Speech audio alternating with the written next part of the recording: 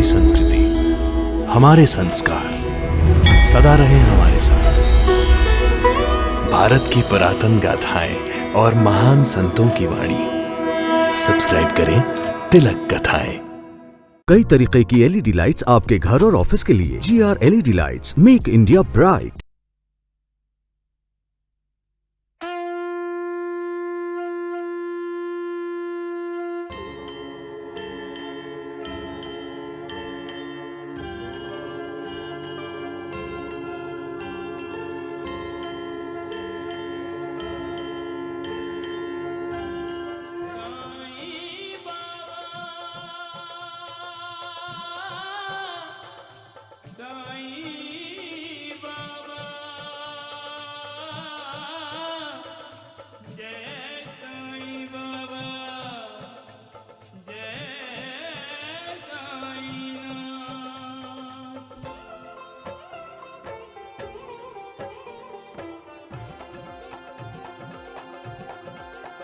साईं राम साईं श्याम दुख भंजन तेरु नाम।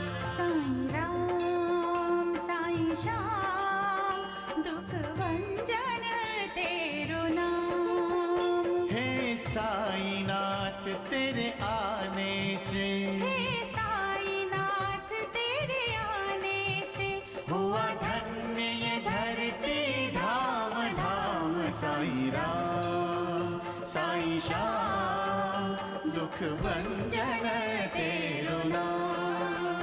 साईं राम साईं श्याम दुख भंजन तेरु नाम।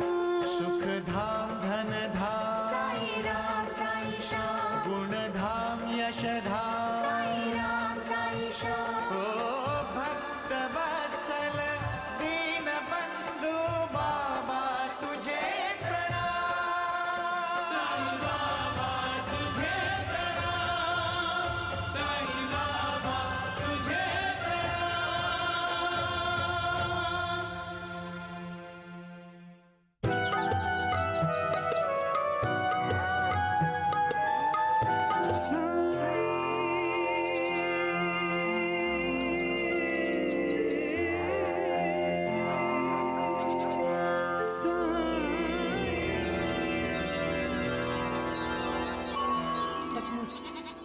ये कोई चमत्कारी दिव्य योगी है।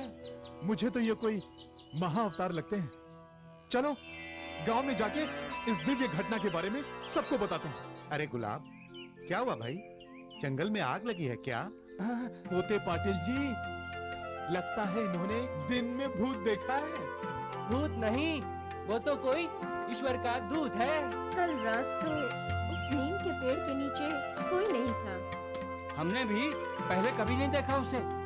वो उस जंगल में बड़ा नीम का पेड़ है ना, उसके नीचे एक योगी प्रकट हुआ है। अगबल योगी? हाँ, अरे कल तक तो वहाँ कोई नहीं था। आज वहाँ एक बाल योगी समाधि में दिखाई दिया है। ये कैसा चमत्कार है?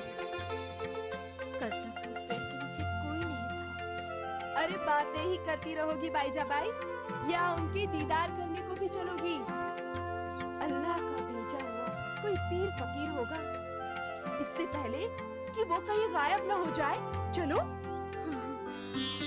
कब से प्रार्थना कर रहा हूँ प्रभु, समय बीतता जा रहा है और समय के साथ साथ ये नश्वर शरीर भी उस परम सत्य की ओर बढ़ रहा है जिसे मृत्यु कहते हैं। मेरा ये जीवन असफल हो जाएगा प्रभु, अगर मुझे कोई मार्गदर्शक नहीं मिला। मुझे गुरु के दर्शन करवा दो प्रभु।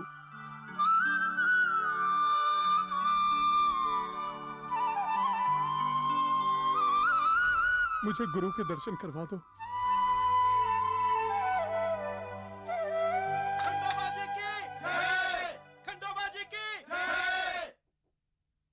क्या हुआ पंडित जी? खंडोबा का उत्सव शुरू होने में तो अभी देर है।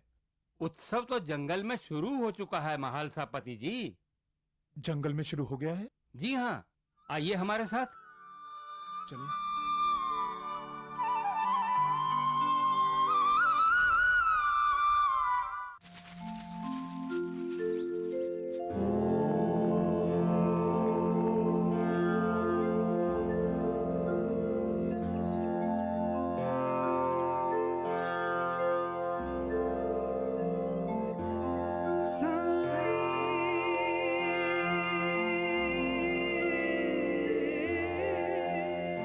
चलिए नजदीक चल के पूछते हैं। चलिए।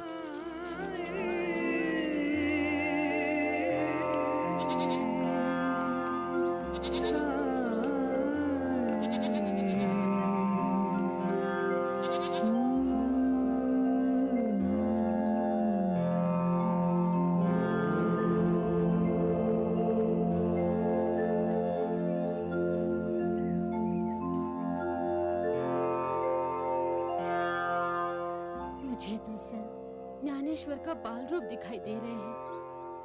बाईजा भाई, ये तो भाग ध्रुव का रूप है। आंखें खोलो योगी, हम गांव वाले आपको मिलने आए हैं। हमें अपना परिचय दो। आंखें खोलिए देवता स्वरूप। नहीं खोलेंगे आंखें। क्यों खोलें?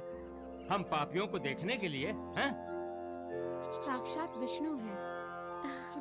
हमारी शिरडी धन्य हो गई। हे सुंदर स्वरूप, आप हमें बताएं कि आप किस रूप में आए हैं। महालसापति, आप ही जाकर समाधि से जगाइए। पूछिए तो सही, क्यों आए हैं, कहां से आए हैं? आप लोग इतना डर क्यों रहे हैं? हटो, मैं पूछता हूं।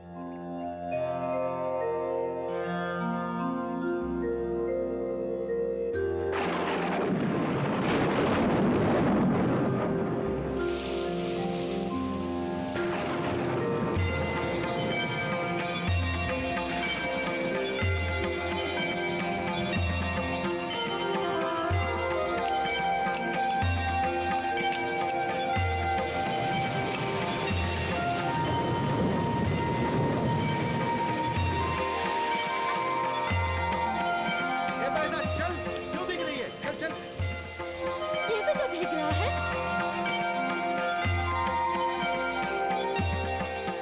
अगर अपना बेटा होता और इस तरह भीग रहा होता तो क्या हम ऐसे ही चले जाते? लेकिन ये हमारा बेटा नहीं है। किसी का तो बेटा है। अगर इसकी माँ होती तो कैसे भीगने देती क्या?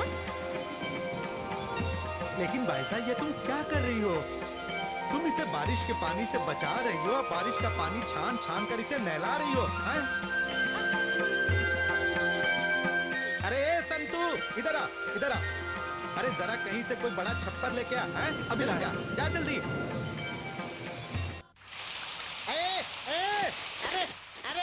क्या कर रहे हो? क्या कर रहे हो? क्या कर रहे हो? छपरा उतार कर ले जा रहा हूँ वहाँ। वहाँ कहाँ? वहाँ उस योगी के लिए। बिल्कुल नहीं, वैद्य जी की गाय भीग जाएगी। वहाँ वो योगी भीग रहा है। वैद्य जी, जल्दी आइए, देखिए ये छत लेकर जा रहा है। वैद्य जी। अरे राम राम, कौन हमारी घर की छत को ले जा रहा है? हैं? किधर है? अरे अरे तो यही है। अरे वैद्य जी, इस छत की बात नहीं, वो गाय के सिर वाली छत है। अरे कौन है? ए, अरे रुक रुक वहीं पे। अरे रुक, अरे रुक रुक कहता हूँ मैं। ये छाता खोल। मैं कहता हूँ छोड़ उसे, छोड़। ऐसी टांगे तोड़ूंगा कि बड़ा से बड़ा वैद्य भी जोड़ नहीं पाएगा। समझे? ये वैद्य जी भी नहीं जोड़ पाएंगे। छाता पकड़। वैद्य जी, सरपंच जी ने कहा है। क्या क्या कहा सरपंच ने? हैं? बोल, क्या कहा कि लोगों के घर को तोड़ दे? हैं? बोल, अरे पकड़ो पकड़ो उसको। अरे मूर्खो, मुझे नहीं, हैं? उसको पकड़ो, चलो पकड़ो। रख दो। आज फिर पकड़ उसको। अरे संतू आ, जल्दी आ, जल्दी आ। आजा, आजा, आजा। उस तरफ, उस तरफ। हाँ। राम राम राम। क्यों पाटिल, अपने घर से छप्पर नहीं मंगवा सकते थे? हैं? हैं? मेरे ही गाय की सिर की छप्पर तोड़नी थी। और ये कौन है? ये योगी है, समाधि में लीन है, इसलिए बेचारी बेज़बान गाय को भीगने दो। वो भी जीव है बाईजा बाई, हैं? और यहाँ ऐसे ढोंगी योगी तो आते ही रहते हैं। अरे बैद जी, ये कहीं से आए नहीं, प्रकट हुए हैं। प्रकट हुए हैं। सुनो, वीरू देवू प्रकट हुए हैं। जय हो, जय हो, जय हो। बना दे इसको भी भगवान। देखना देखना 4 दिन बाद जिस तरह ये प्रकट हुआ है, उसी तरह किसी के घर को लूट कर यहाँ से गायब हो जाएगा। तुम जानो तुम्हारा काम, मैं तो अपने गाय का छपरा यहाँ से लेकर जाऊंगा। ए बलवीरो, ले लो उससे। क्या? अरे क्या क्या समझ में नहीं आता, छपरा ले लो।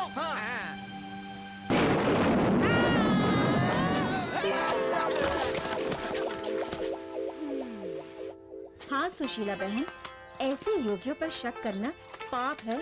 देखा नहीं कुलकर्णी वैद्य जी के शक करने पर कैसा फल मिला था। कैसे पछाड़ खाकर गिरे थे वैद्य जी, साथ में उनके जमूरे भी। मुझे तो वो तीनों की हालत देखकर हंसी आ रही थी। कैसे किचड़ में लथपथ हो गए थे वो। बेचारे वैद्य जी। वैद्य जी ही क्या, जो भी उस बाल योगी से नफरत करेगा ऐसे ही अपमानित होगा। वैद्य जी की बात छोड़ो, उस योगी की सोचो। आज 2 दिन हो गए हैं, अब तक उसी नीम के पेड़ के नीचे बैठा है।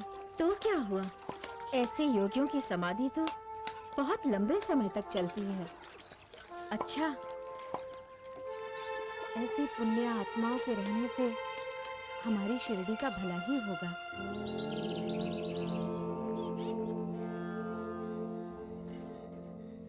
अजी सुनते हो, उस बाल योगी अरे ने- भाग्यवान, आज 4 दिनों से उसी बाल योगी की चर्चे तो सुन रहा हूँ। तेरे पास और कुछ नहीं है सुनाने को? क्यों, उस बाल योगी की चर्चा करने से पाप लगता है क्या? पुण्य भी तो नहीं मिलेगा। आप नास्तिक कब से हो गए? मैं नास्तिक नहीं हूँ, पर ऐसे जादूगरों को भगवान भी नहीं मानता। पता नहीं कब गांव वालों को लूटकर दफा हो जाए।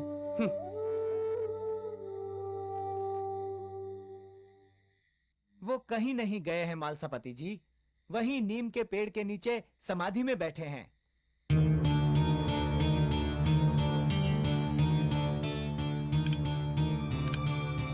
इसका मतलब है वो ढोंगी नहीं है।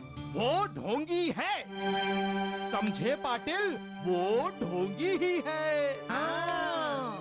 ढोंगी होता तो उसे भूख लगती, प्यास लगती, कहीं भिक्षा लेने जाता, रात में किसी के घर में आश्रय मांगता। वो मांगने वालों में से नहीं है, वो अवश्य कोई अवतार है। कोई अवतार नहीं है वो, उसके दिमाग में कोई बहुत बड़ी साजिश है, षड्यंत्र है हम सब गांव वालों को लूटने का, समझे? अरे आंखें बंद करके वो हम सबको बेवकूफ बना रहा है। आज जो उसका गुणगान गा रहे हैं, देखना कल वो जरूर पछताएंगे। क्योंकि कुलकर्णी जो कहता है वो 16 आने सच कहता है। वैद्य जी, एक काम करते हैं, रातों रात उसे उठाकर जंगल के पार फेंकाते हैं।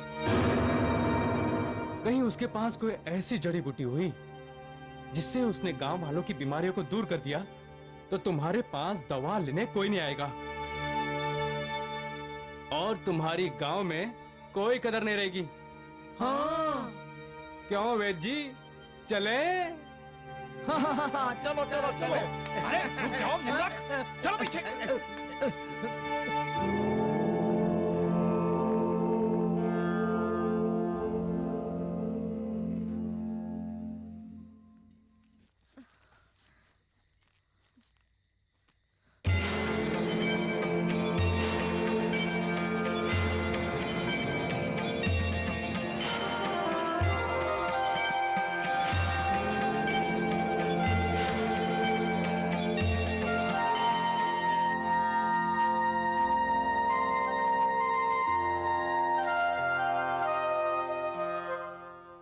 नींद नहीं आ रही है ना?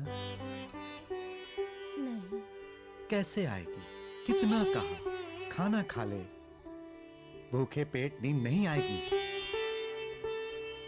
लेकिन तुम तो मेरा ध्यान उस योगी पर लगा है, वो बेचारा वहां भूखा है, उसे खाना किसने दिया होगा? मैं खाना बनाती हूँ और उसे देकर आती हूँ। देख, योगी लोग इतनी रात गए भोजन नहीं करते। ठीक है, तुम्हारा मन करता है तो सुबह खाना लेकर चली जाना।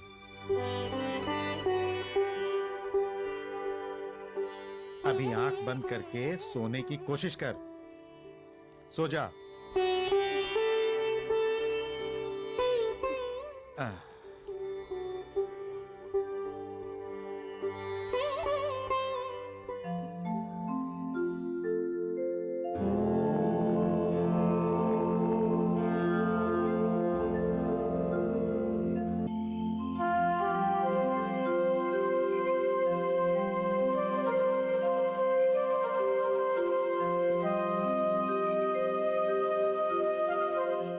आप कल सुबह मेरे साथ चलना। कहाँ? जहाँ योगी ध्यान लगाए बैठे हैं। कोई बहुत बड़े तपस्वी हैं। उम्र से तो नहीं लगता, लेकिन सुना है तपस्वी जब सिद्ध बन जाते हैं तो उनकी उम्र का पता ही नहीं चलता। वो कभी बूढ़े होते ही नहीं। तुम मुझे क्यों बोल रही हो अपने साथ चलने के लिए सुबह सुबह? सुबह सुबह वहाँ कोई नहीं होगा। तो मुझे उनसे आशीर्वाद लेना है। किस लिए? सब कुछ तो है तुम्हारे पास। भगवान का दिया हुआ घर है, पति है, बच्चे हैं। मुझे अपने लिए नहीं, अपनी छोटी बहन उमा के लिए उनसे प्रार्थना करनी है कि उसकी शादी हो जाए।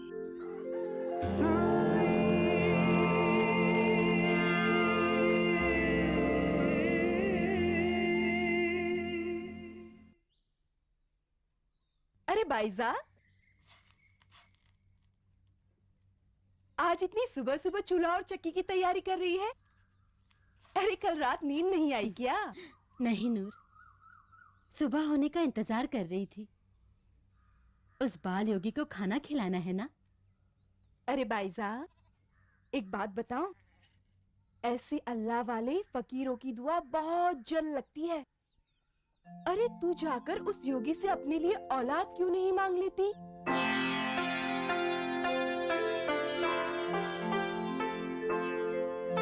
तारा मुझे बोल रही थी वो भी अपने भाई के लिए उस योगी से शहर में नौकरी मांगने जा रही है। और नाना कह रहे थे वो अपने घुटनों के इलाज के लिए उस योगी के पास जा रहे हैं। नूर, कितनी स्वार्थी है ये दुनिया। सबको अपने लिए कुछ न कुछ चाहिए। उस योगी में अपने लिए नौकरी, अपनी बहन की शादी, अपनी बीमारी का इलाज ढूंढ रहे हैं, लेकिन उसे कोई नहीं देख रहा। उसके बारे में ये नहीं सोच रहा है कि उसने कुछ खाया है या नहीं, कैसे जी रहा है वो इतने दिनों से। कब से खुले आकाश के नीचे बैठा है वो।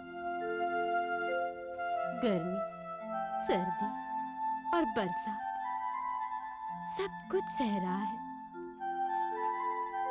किसी से कुछ नहीं कहता, किसी से कुछ नहीं मांगता। इतना सब कुछ सहने की उम्र नहीं है उसकी। अभी तो बच्चा है वो।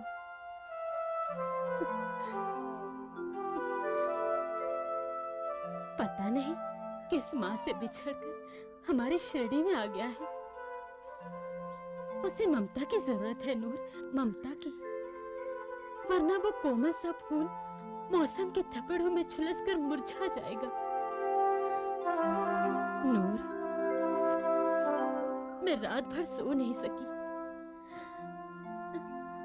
उसी के बारे में सोचती रही। लेकिन बाईजा, वो योगी तुम्हारा क्या लगता है? कुछ नहीं लगता, लेकिन सब कुछ है वो मेरे लिए।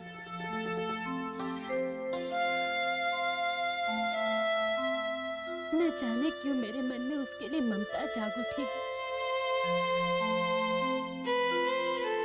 जैसे कि मैं उसकी माँ हूँ।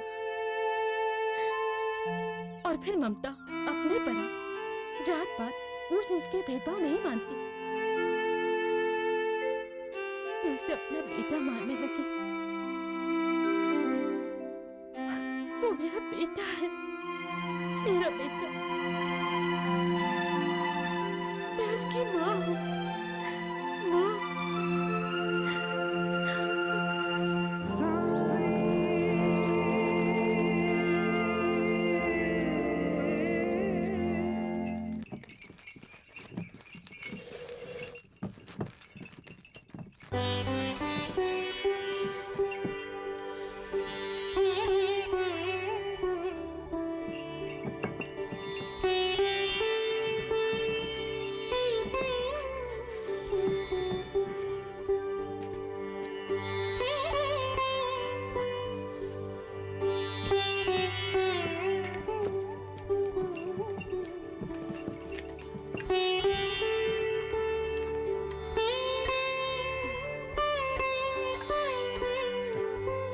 अरे अरे, क्या कर रहे हो? मेरी मानो तो पहले बाल सुखाकर कंघी कर लो, फिर चूल्हा जलाओ।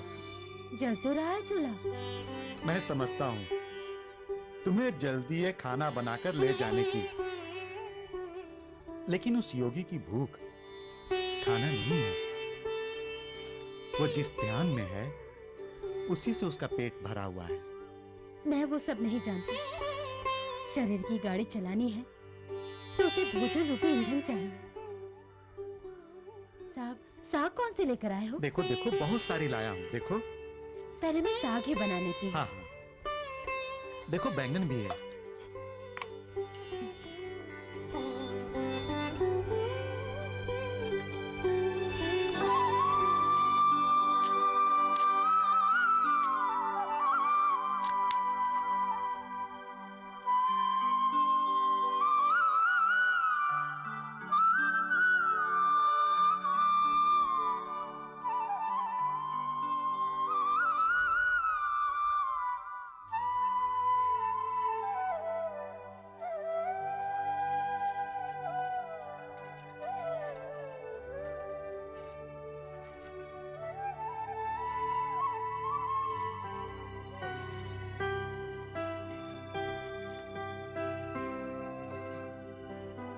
मैं योगी को खाना देकर आती हूँ।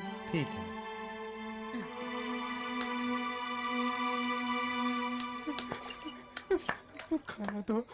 खाना दो बाबा, भूख लगी है, भूख लगी है, खाना दो।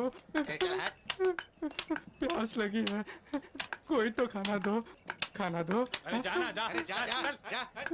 भूख लगी है, खाना दो, खाना दो बाबा। भाई फिर मैंने उससे क्या डाला? भूख लगी है बाबा, कुछ खाना दो, खाना दो बाबा। अरे बोला ना जा, होता ना। ए माधव, केशव, भार्गव, जल्दी आओ, देखो। अरे कोढ़ी हमारे गांव में घुसा है, भगाओ इसको, वरना ये हम सबको कोढ़ी बना देगा। भगाओ भगाओ जल्दी।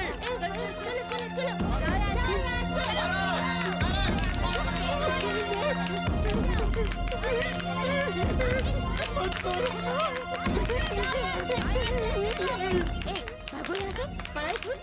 खबरदार जो भागो जी को सताया। बचाओ माई, ये बच्चे मुझे पत्थर मार रहे हैं।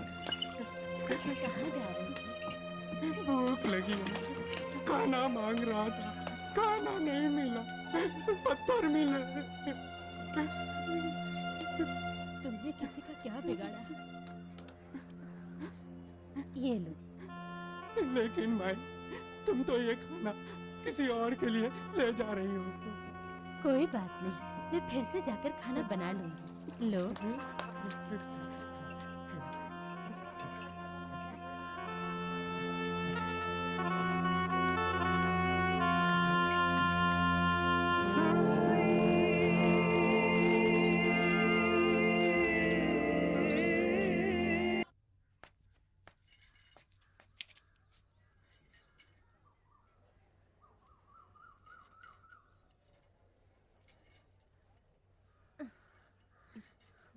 भाईजा, अरे क्या हुआ? पसंद आया योगी को तेरे हाथ का बना हुआ खाना? नहीं ना, जहाँ जाना था वहाँ पहुँच ही नहीं पाई, वापस आना पड़ा। क्यों? क्या हुआ? क्या बताए, रास्ते में भागोजी मिल गया, बोला भूख लगी है, खाना उसे दे दिया। अब मैं योगी के लिए फिर से खाना बनाती हूँ। अरे कोई जरूरत नहीं बनाने की, मेरे यहाँ खाना बना हुआ है। अरे नहीं नहीं नहीं, कितनी देर लगती है 4 रोटियों का आटा गूंदने में? पर बाईजा, नबीला ने परात भर आटा गूंद के रखा है। चल आजा, हम मिलकर बना लेते हैं। अरे चल आजा आजा आजा। अम्मी, अम्मी, उस योगी के लिए मैं रोटियां बना दूं? अरे नबीला, तू रोटियां छोड़, खाली आटे के पेड़े बना दे। अरे बाईजा भाई, आओ आओ। अरे नूर बहन, मैं जल्दी जल्दी रोटियां बना देती हूँ, तू जल्दी जल्दी सेक ले, योगी वहाँ भूखा होगा। हाँ, ये लो।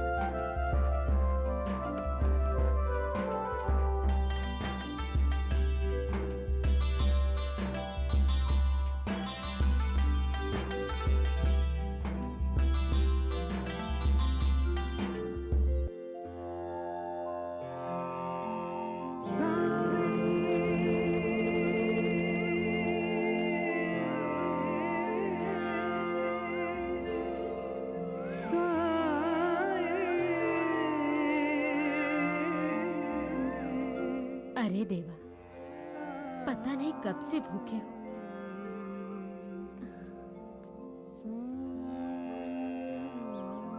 लो, खाना खा लो।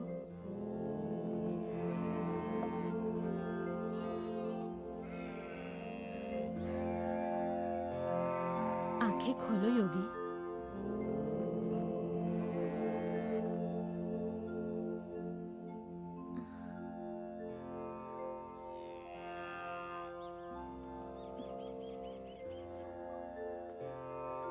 ठीक है, खाना रखा है, जब ध्यान पूरा हो जाए खा लेना।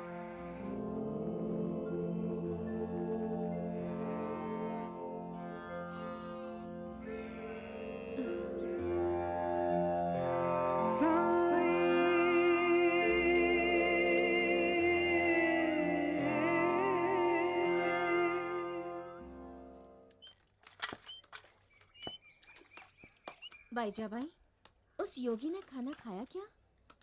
मैं तो खाना छोड़ आई थी, खा लिया होगा। नहीं खाया, हमने देखा है, खाना उनके सामने पड़ा है और गाय, बकरी, कुत्ते खाना खा रहे हैं, उन्हें तो कुछ पता ही नहीं, वो तो अपने ध्यान में मग्न हैं।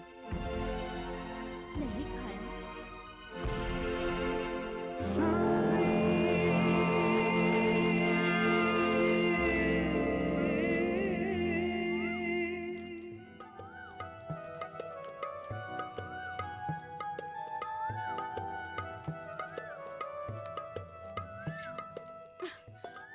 आज मैं खाना छोड़कर जाने वाली नहीं हूँ, आज मैं खाना खिला कर ही जाऊंगी।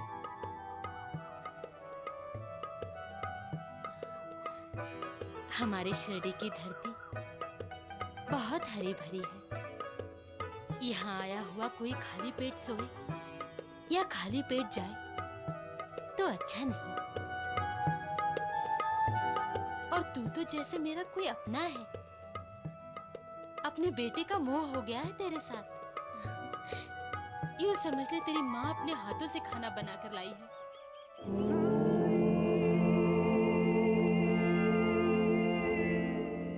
नहीं,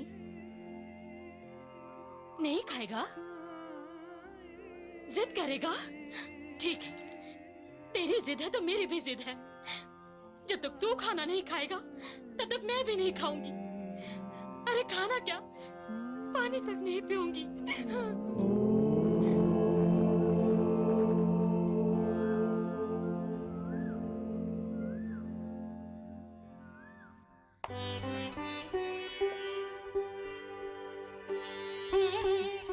बस बस बस, मेरे लिए और मत बनाना, मेरे लिए इतना काफी है।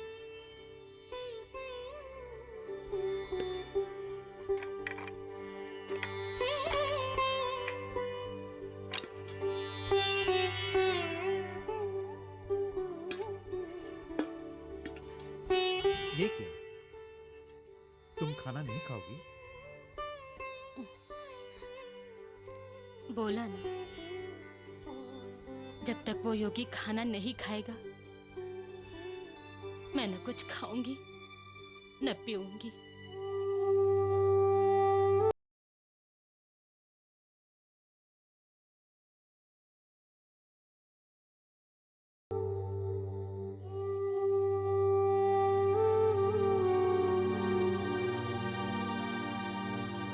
न खाऊंगी न पीऊंगी, क्यों?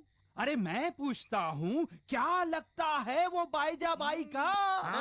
उसके लिए बाईजाबाई ने अन्न जल क्यों छोड़ दिया? वैद जी, रिश्ता क्या? कल तक तो जान पहचान तक नहीं थी उससे। ऐसे मूर्ख लोग ही हैं जो ढोंगी को भगवान बना देते हैं। क्यों मालसापति जी, मैंने ठीक कहा ना?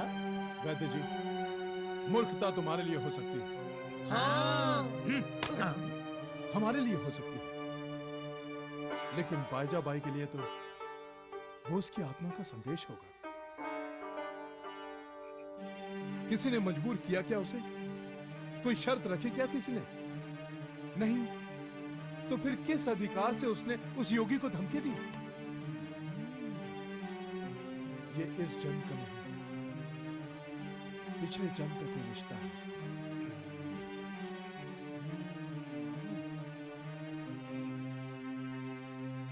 हाँ, कई बार चोला बदलने के बाद भी हम अपने पुराने संस्कार साथ ले आते हैं। तुम लोग उन दोनों की चिंता छोड़ दो। यदि संबंध सच्चा और पवित्र है तो योगी को बाईजाबाई की बात स्वीकार करनी होगी।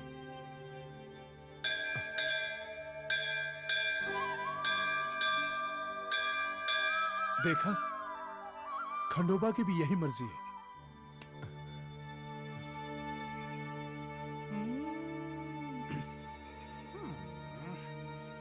राम राम राम।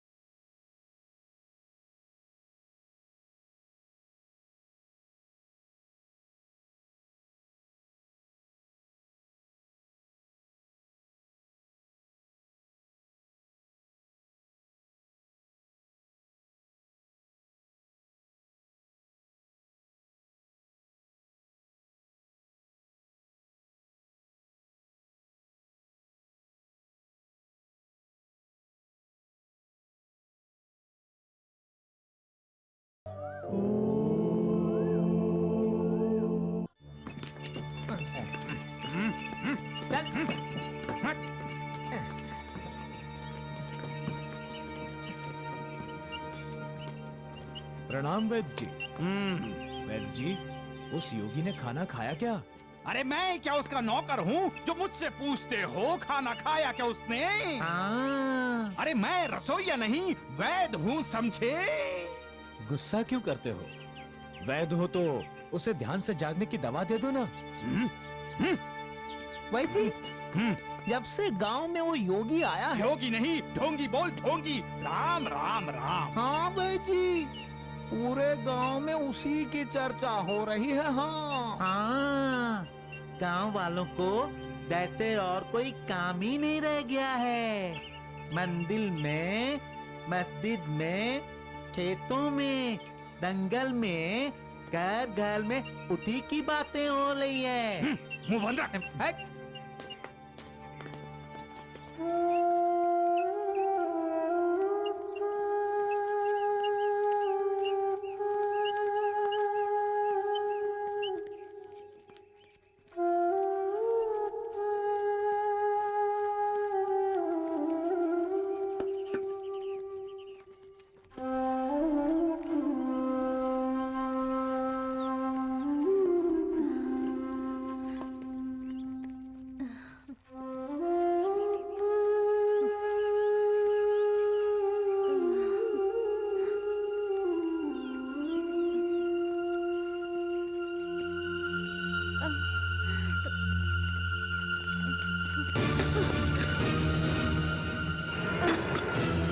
अरे क्या हुआ?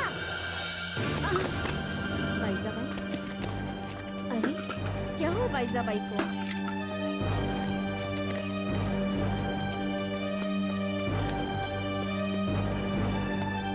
बाईजाबाई,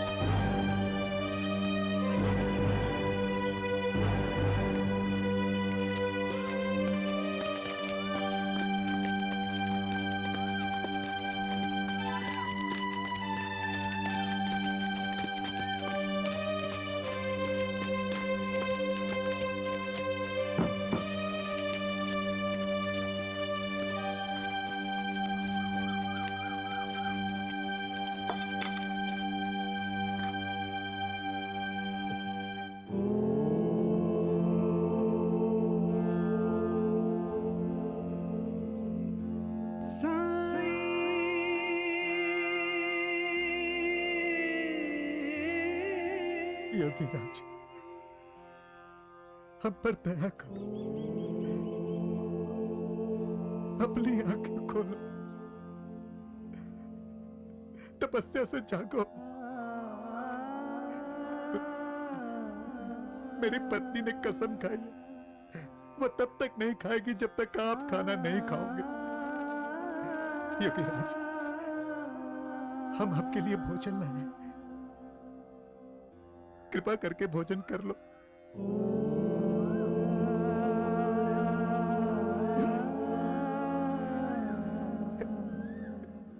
योगीराज, हमारी विनती सुन लो। बाईजाबाई ने 3 दिन से न पानी पिया है, न खाना खाया। मेरा इसके सिवा कोई नहीं है, कोई नहीं है मेरा इसके सिवा। उसकी हालत आपके सामने देखो।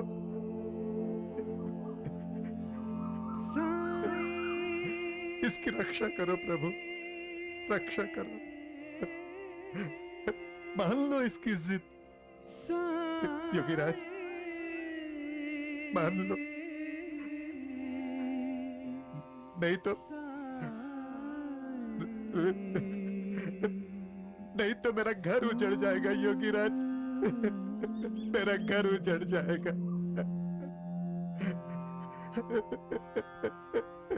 योगीराज, मेरा घर उजड़ जाएगा। राम राम राम। देखो देखो, वो ढोंगी लड़का कितना पत्थर दिल है, हैं? अरे सरपंच रो रहा है, फिर भी वो आंखें नहीं खोल रहा है। हाँ। योगीराज, मेरी विनती सुनिए योगीराज। योगीराज, मेरी विनती सुनिए, अपनी आंखें खोलिए, नहीं तो मैं यही सर पटक पटक कर अपनी जान दे दूंगा। योगीराज,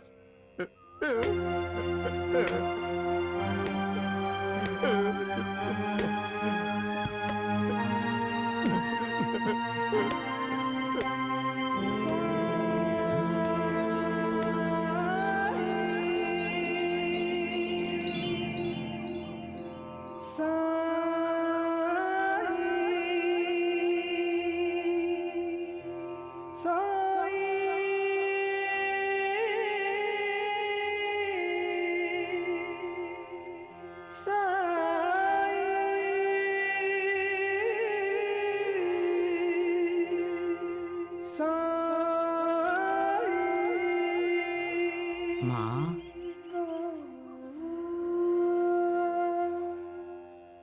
उठो माँ। मुझे खाना नहीं खिलाओगी? मुझे भूख लगी है माँ।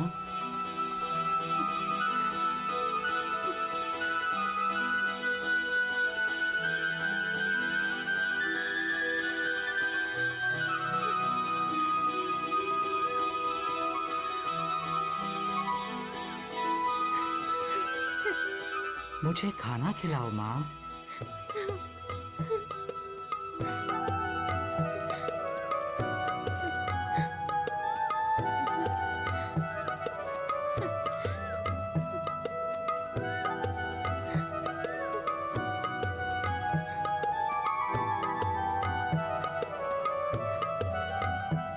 क्यों वैद जी, आप तो कह रहे थे कि बाईजा बाई अब कभी नहीं उठेगी। राम राम राम। चलो।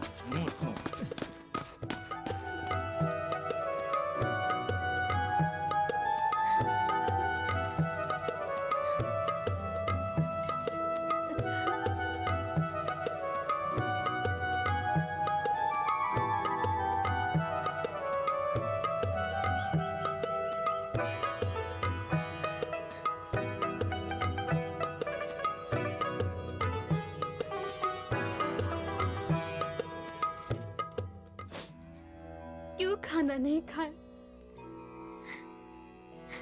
क्यों भूखे रहे इतने दिन? मैंने खाना खाया माँ। कब खाया? वो तूने उस कोड़ी भागो जी को जो खाना दिया था ना, वो तूने मेरे लिए ही तो बनाया था, सो मैंने खा लिया। झूठ बोलते हो तुम। मैंने तो सुना है तुम्हारा खाना गाय, कुत्ते और पक्षी खा जाते थे। तो उनकी भी तो माँ है, तो उन्होंने खाया तो मैंने खा लिया। मैं भी तो तेरा बेटा हूं। लेकिन माँ, तूने खाना क्यों नहीं खाया? चलो, मैं अपने हाथों से खिला देता हूं।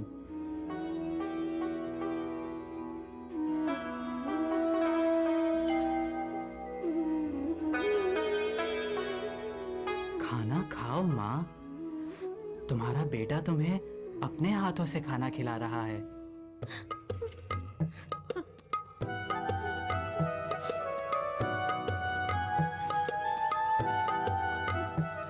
लक्ष्मी की माँ, इसे कैसे पता कि बाईजा ने खाना इसके लिए बनाया था और उस कोड़ी भागोजी को दे दिया?